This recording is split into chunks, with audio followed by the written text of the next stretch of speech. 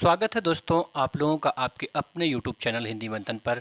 मैं रणजय सिंह आप लोगों का तहे दिल से स्वागत, अभिनंदन और वंदन करता हूं। हम लोग रस की श्रृंखला के तरफ आगे बढ़ते हुए अब बहुत करीब में आ चुके हैं। केवल दो शेष नए रस बचे हुए हैं, उनको ही पढ़ना शेष बचा, जिसमें पहला करुण है और लास्ट वाला जो हम पढ़ेंगे वो वीर रस पढ़ेंगे। ठीक है, दो ही रस शेष बचे हुए हैं। आइए हम लोग पढ़ते हैं करुण रस के विषय में और इसकी बारीकियों को समझने की कोशिश करते हैं कि करुण रस की पहचान हम कैसे कर सकते हैं और करुण रस और वियोग श्रृंगार रस में जो विभेद होता है उस विभेद को भी यहाँ पर हम अच्छे से समझते हैं। चलिए, आपसे पूछा जाए कि जो करुण रस है उस करुण रस का अस्थाई भाव क्या होता है, तो करुण रस का अस्थाई भाव क्या होता है? शोक। और किसी भी व्यक्ति के मन में करुण रस उत्पन्न कब होता है? परिभाषा लिखेंगे इसकी। किसी प्रिय व्यक्ति, किसी प्रिय व्यक्ति, वस्तु, किसी प्रिय व्यक्ति वस्तु के अनिष्ट की आशंका से, अनिष्ट की आशंका से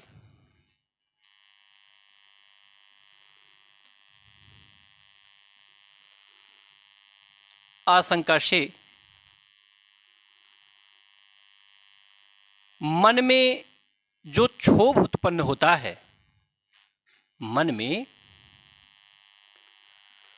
जो क्षोभ उत्पन्न होता है,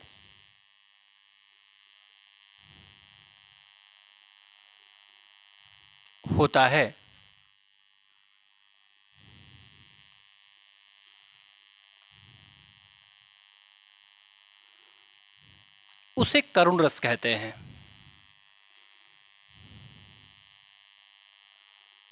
उसे करुण रस कहते हैं।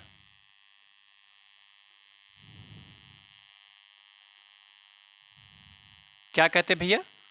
करुण रस कहते हैं। कब ये उत्पन्न होता है?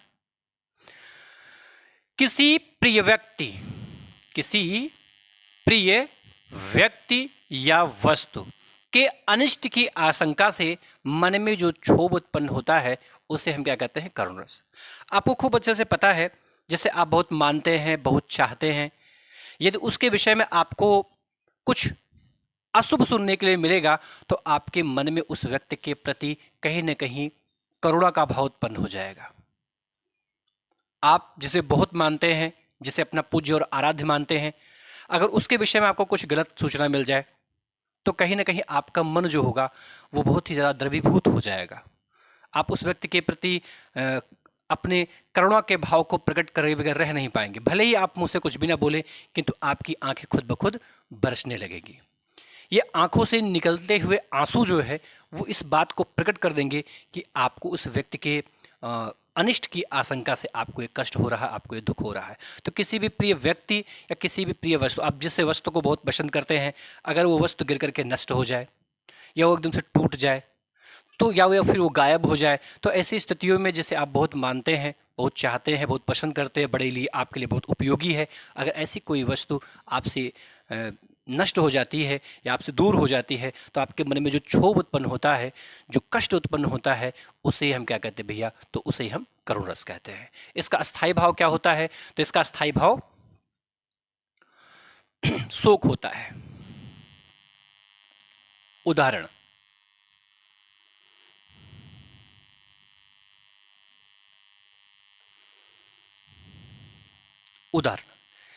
किंतु इस उदाहरण से पहले एक और महत्वपूर्ण बात समझ लेते हैं। उदाहरण तो लिख ही लेंगे, उदाहरण से पहले भी एक बात और समझ लेते हैं कि ध्यान रहे, जो करुण की स्थिति होती है उसमें एक सबसे बड़ी चीज देखने के लिए मिलती है कि इसमें जो प्रिय व्यक्ति या वस्तु आपसे दूर होता किन्हीं कारणों बस, उसके पुनः मिलन की कोई संभावना नहीं होती है। आप नोट करके इस बात को लिखेंगे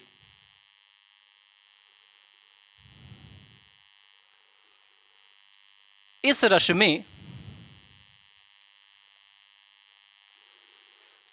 में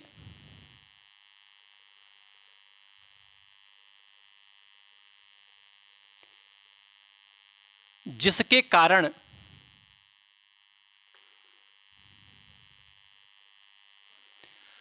करुण रस उत्पन्न होता है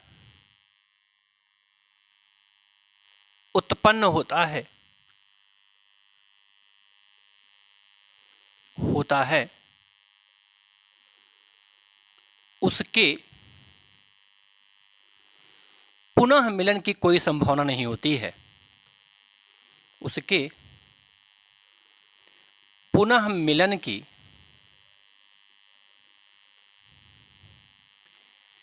कोई संभावना नहीं होती है।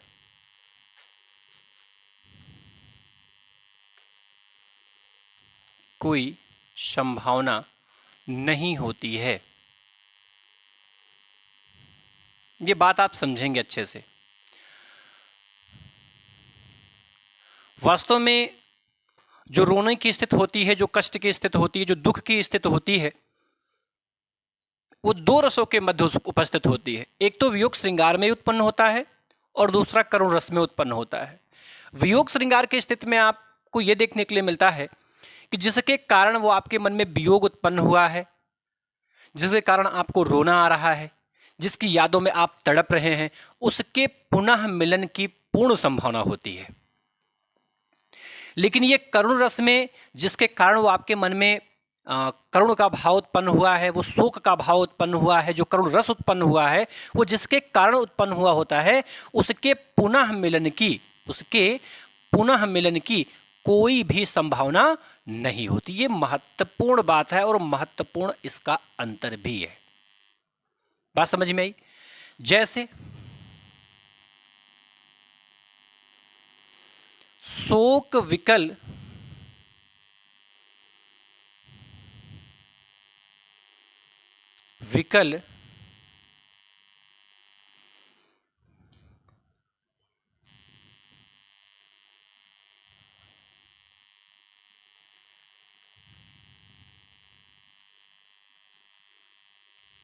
शोक विकल रोवह शब रानी,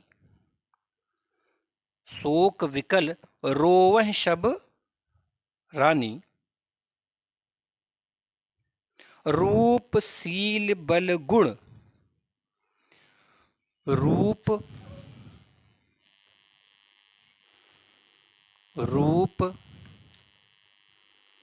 शील बल गुण तेज बखानी,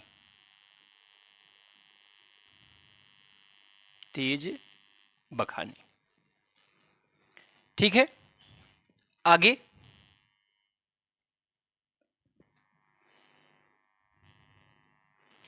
करहि बिलाप अनेक प्रकारा,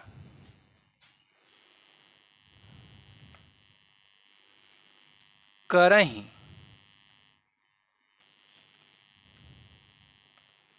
विलाप अनेक प्रकारा,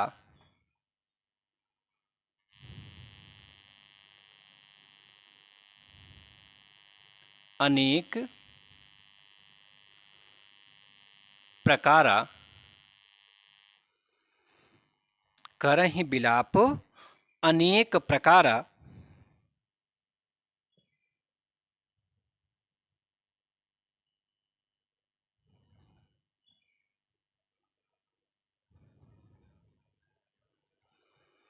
परहि भूमितल बारहि बारा, परहि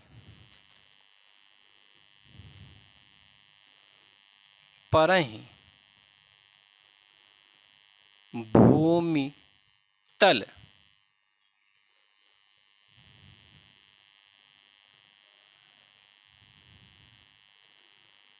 बारहि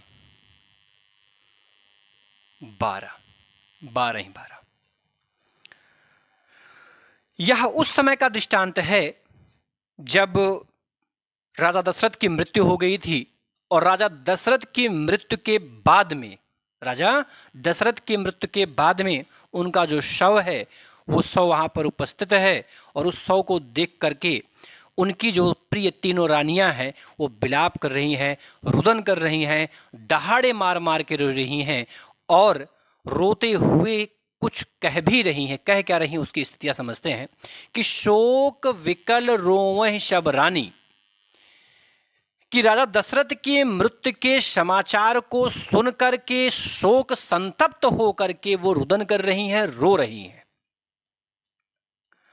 सब रोवे रानी, रूप शील बल गुण तेज बखानी, और वे राजा दशरथ के रूप का, उनकी शीलता का, उनके बल का, उनके गुणों का और उनके तेज का गुणगान कर रही हैं कि वे बड़े रूपवान थे, बड़े गुणवान थे, बड़े शीलवान थे, बड़े दयावान थे।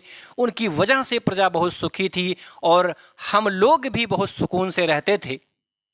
आज उन्हें एहसास हो रहा है कि वास्तव में राजा दशरथ का इस दुनिया से चले जाना उनके ऊपर कितना अपार कष्ट दे रहा है। आगे, करहि बिलाप अनेक प्रकारा, और इस प्रकार से वो नाना प्रकार से अपने वो बिलाप कर रही हैं और अपने कष्टों को अभिव्यक्त कर रही हैं। उनकी जो स्थिति है उस स्थिति को चित्रित करते हुए लिखा गया है कि परहि भूमि तल बारहि बारा, और वो रानियां रोते रोते मूर्छित हो जा रही हैं और भूमि पर गिर जा रही हैं। तो यहां पर जो राजा दशरथ हैं और उनकी जो रानियां हैं, राजा दशरथ के मृत्यु के बाद में उनकी रानियां रुदन कर रही हैं, रो रही हैं। किंतु एक महत्वपूर्ण बात यह है कि उन रानियों के मन में ये जो करुण रस उत्पन्न हुआ है, ये जो शोक अस्थाई भाव उत्पन्न हुआ है, शोक अस्थाई भाव, शोक अस्थाई भाव जो उन लोगों के मन में उत्पन्न हुआ है, उसका जो कारणी है, उसका जो कारण है, अब उसके पुनः मिलन की कोई भी संभावना नहीं है। उनके रोने से, उनके दहाड़े मारने से क्या राजा दशरथ पुनः जीवित हो जाएंगे? नहीं, ऐसा नहीं हो सकता है।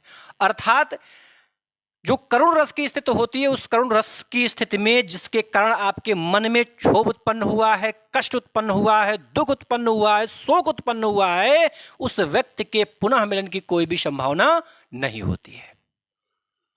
लेकिन वहीं वियोग श्रृंगार में ऐसा नहीं होता, जिसकी वजह से आप रो रहे हैं, तड़प रहे हैं, आंसू बहा रहे हैं, उसके पुनः मिलन की संभावना होती है। ठीक है, यह समझ में आ गया भैया? आपके ये बात समझ में आई? आप इसका एक स्क्रीनशॉट लें, आगे की चीजें हम समझते हैं। ले लिया स्क्रीनशॉट आपने? ले लीजिए। चलिए, बहुत अच्छी बात है, आगे देखते हैं हम लोग। दूसरी महत्वपूर्ण बात है, जो करुण रस है, उस करुण की रस की स्थिति में एक और महत्वपूर्ण बात देखने के लिए मिलती है।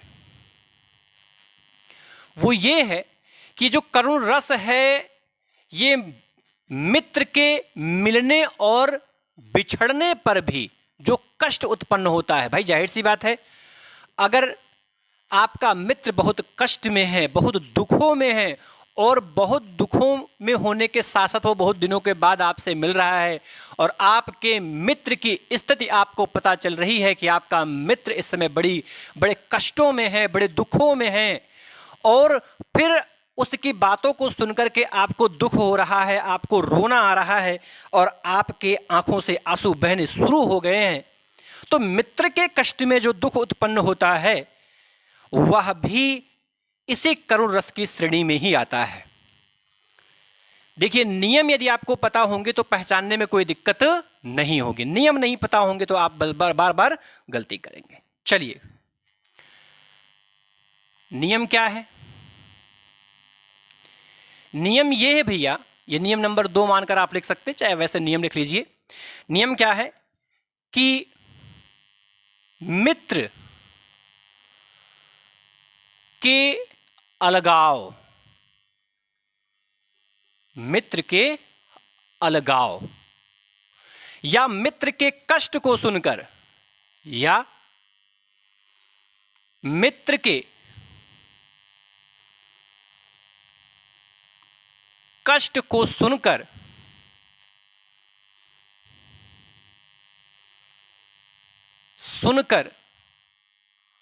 मन में जो क्षोभ उत्पन्न होता है, मन में जो क्षोभ उत्पन्न होता है,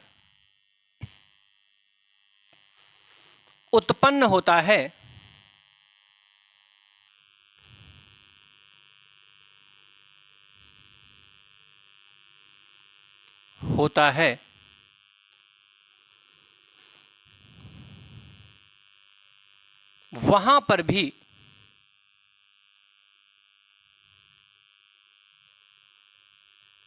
पर भी करुण रस होता है,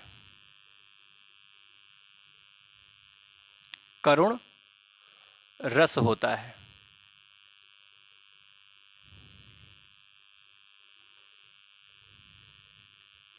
बात समझ में आ रही भैया? तो अगर एक मित्र दूसरे मित्र से अलग हो रहा है और मित्र के अलगाव के कारण यदि आपके मन में दुख उत्पन्न हो रहा है, या आपने अपने मित्र के कष्टों को सुन लिया और उस मित्र के कष्ट को सुनने के बाद में यदि आपके मन में क्षोभ उत्पन्न हो रहा है, आपके मन में ग्लानि उत्पन्न हो रहा है, आपके मन में कष्ट उत्पन्न हो रहा है, आपको दुख हो रहा है, तो इसको हम क्या कहते हैं? तो इसको भी हम करुण रस की श्रेणी में ही रखते हैं। जैसे आपने वो पंक्ति सुनी होगी,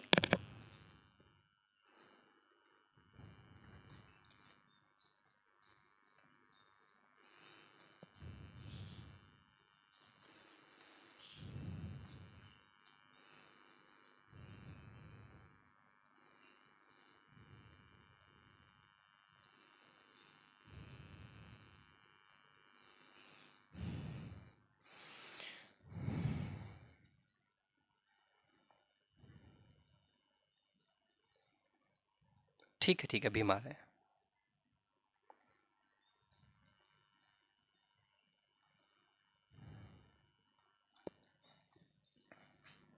जैसे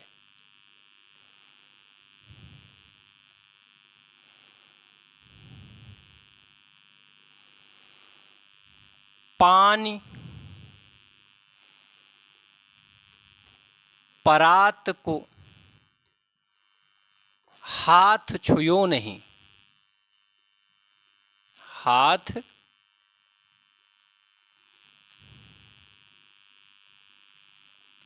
छुयो नहीं,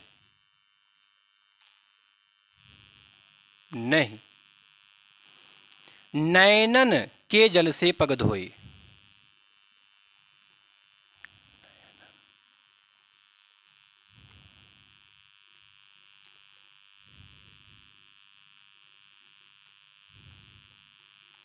नयनन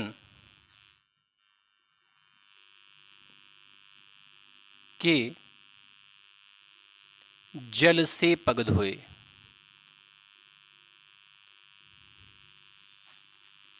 पग धोए,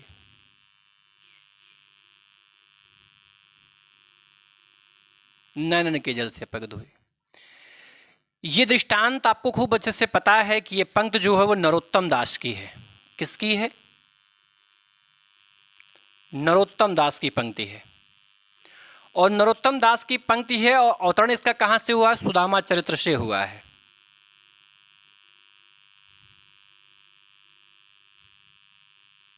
सुदामा चरित्र से हुआ है।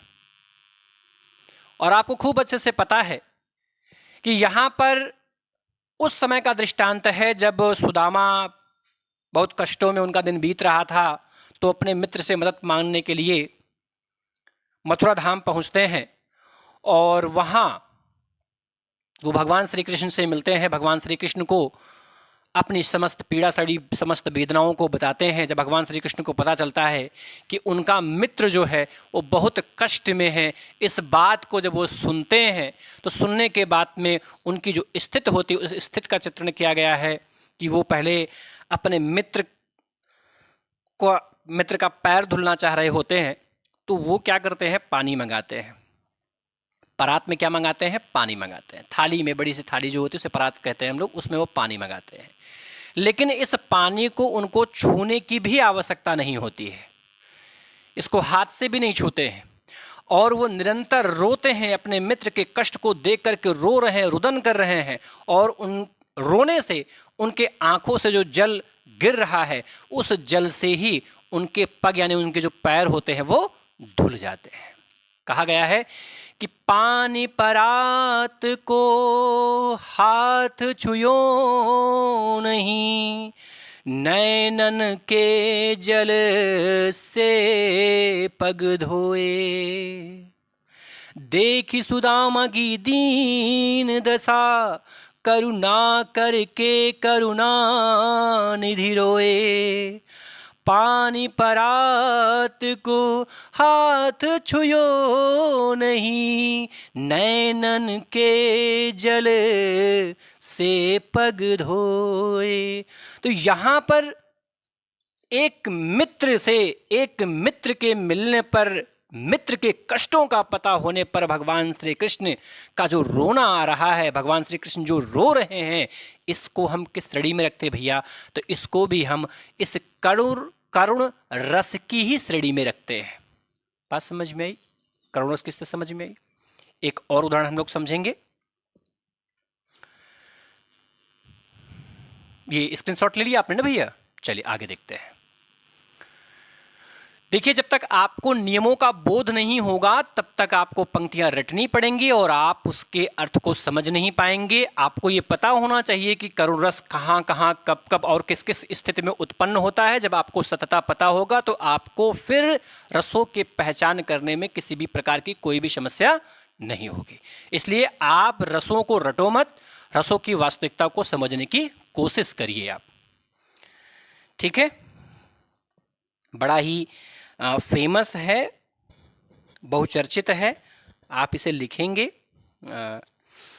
अभी तो मुकुट बधा था माथ, यह उदाहरण बहुत प्रसिद्ध है, कई बार परीक्षा में आ चुका है।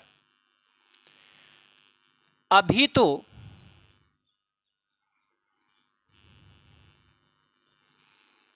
मुकुट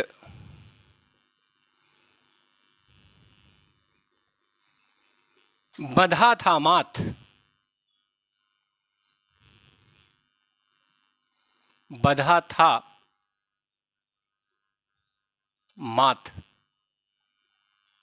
अभी तो मुकुट बंधा था माथ,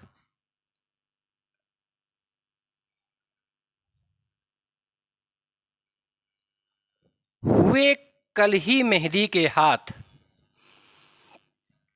हुए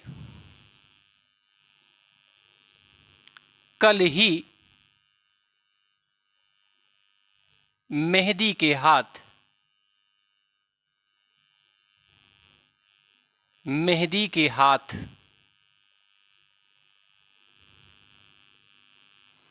मेहंदी के हाथ।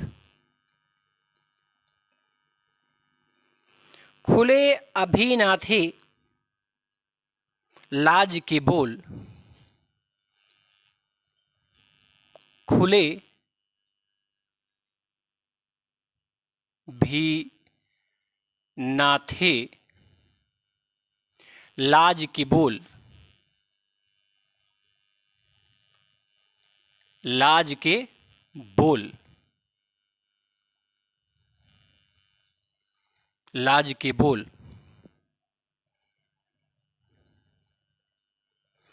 खिले भी ना थे चुंबन शून्य कपोल, खिले भी ना थे चुंबन चुंबन शून्य कपोल, शून्य कपोल, शून्य कपोल। हाय चुक गया संसार,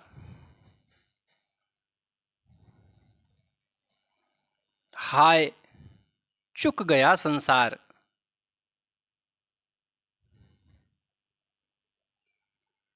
चुक गया संसार, बना सिंदूर अनल अंगार, बना सिंदूर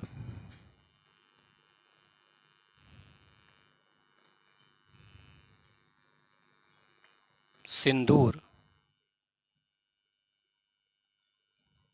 अनल अंगार।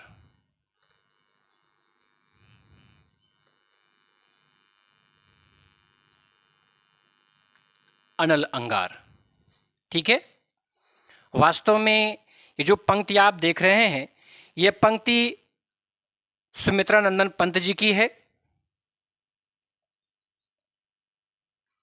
जिसमें एक नायिका का भी हाल ही में विवाह हुआ है। पंक्ति लिख लेंगे, सुमित्रा नंदन पंत की है, पेपर में भी पूछता है।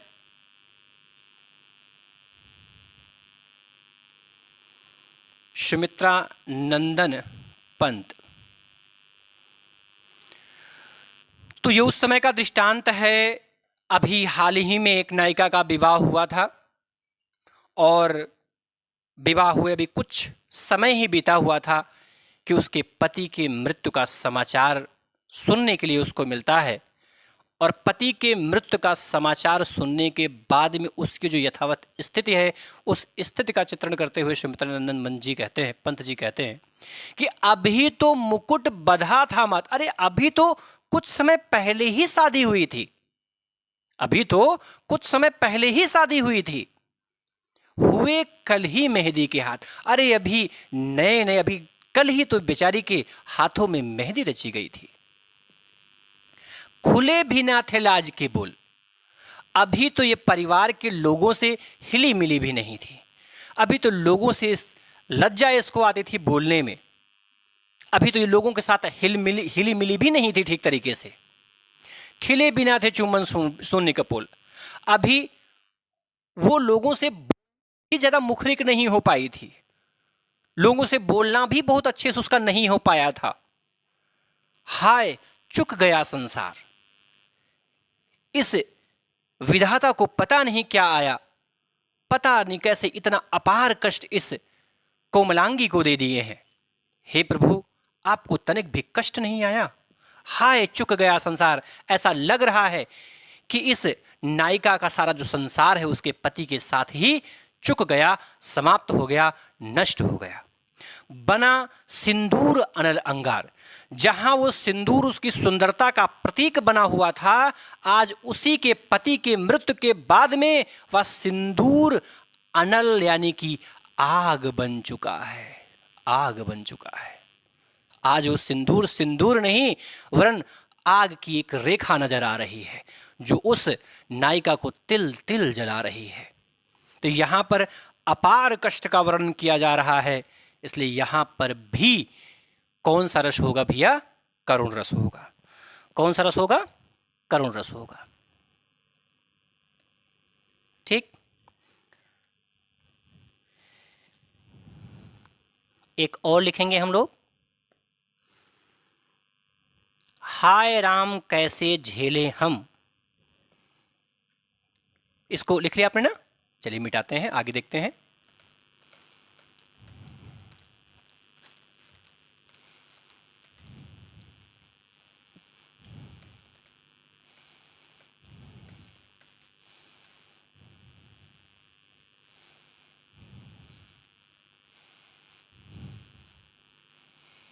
हाय राम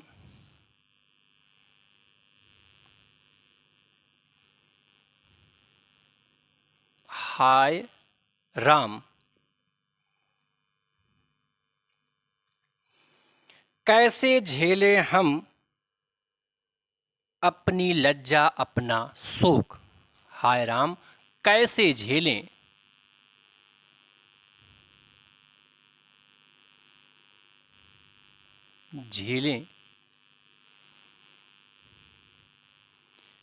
अपनी लज्जा अपना शोक।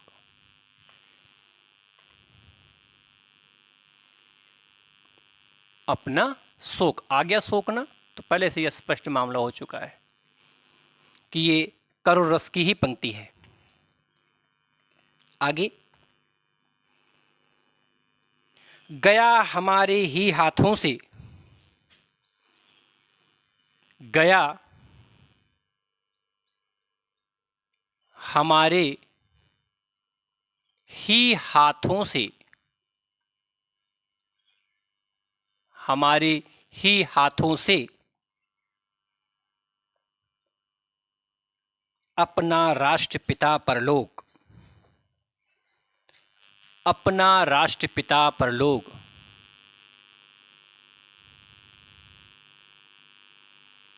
राष्ट्रपिता परलोक। ये उस समय का दृष्टांत है जब राष्ट्रपिता महात्मा गांधी जी का देहावसान हो गया था और उनके मृत्यु का कारण ही कोई और नहीं, हमारे ही देश का एक व्यक्ति नाथूराम गोडसे था।